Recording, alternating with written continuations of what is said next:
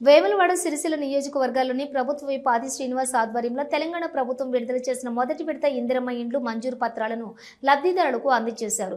ఈ సందర్భంగా విప్ మాట్లాడుతూ ఇందిరమ్మ ఇండ్లు ఇవ్వడంతో పేదల కళ్లలో ఆనందం చూస్తున్నామన్నారు. కేసీఆర్ హయాంలో కేవలం డబుల్ బెడ్రూమ్లు ఇండ్లు ఇస్తామని ఊరించి దాటవేశారన్నారు. ఎక్కడా ఇచ్చింది లేదన్నారు.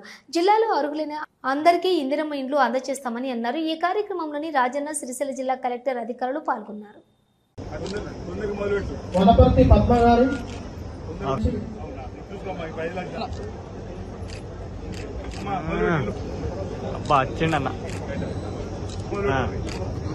లింగంపల్లి రాజమణి గారు, వికృతి స్వప్న గారు, అట్టపల్లి అనిత గారు,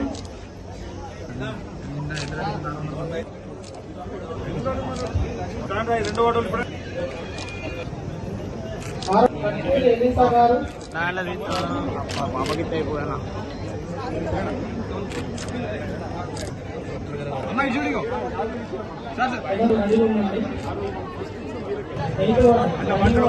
సుదీర్ఘ కాలంగా ఎదురు చూస్తున్నటువంటి ఇందిరమ్మ ఇండ్లు పేదలు, నిరుపేదలు, పేదలు, బహుపేదలు, ఇల్లు లేనటువంటి వాళ్ళు గత 10 సంవత్సరాలుగా కళ్ళు కాయలు కాచలు ఎదురు చూస్తున్నప్పటికీ గత ప్రభుత్వం డబుల్ బెడ్రూమ్ పేరిట దరఖాస్తులు తీసుకొని ఊరడించి ఆధార్ కార్డులు జిరాక్సుల పేరిట 100 రూపాయలు ఖర్చులు పెట్టుకొని అప్పుడు ఎంఆర్ఓ కార్యాలయం కానీ మున్సిపల్ కాకంటే ముందు మున్సిపల్ అయిన తర్వాత మున్సిపల్ కార్యాలయం దగ్గర దరఖాస్తు ఇచ్చిందే ఇచ్చుడు అయినా ఈ ఒక్కరికి కూడా డబుల్ బెడ్రూమ్ కాలేదు. అవునా కాదా?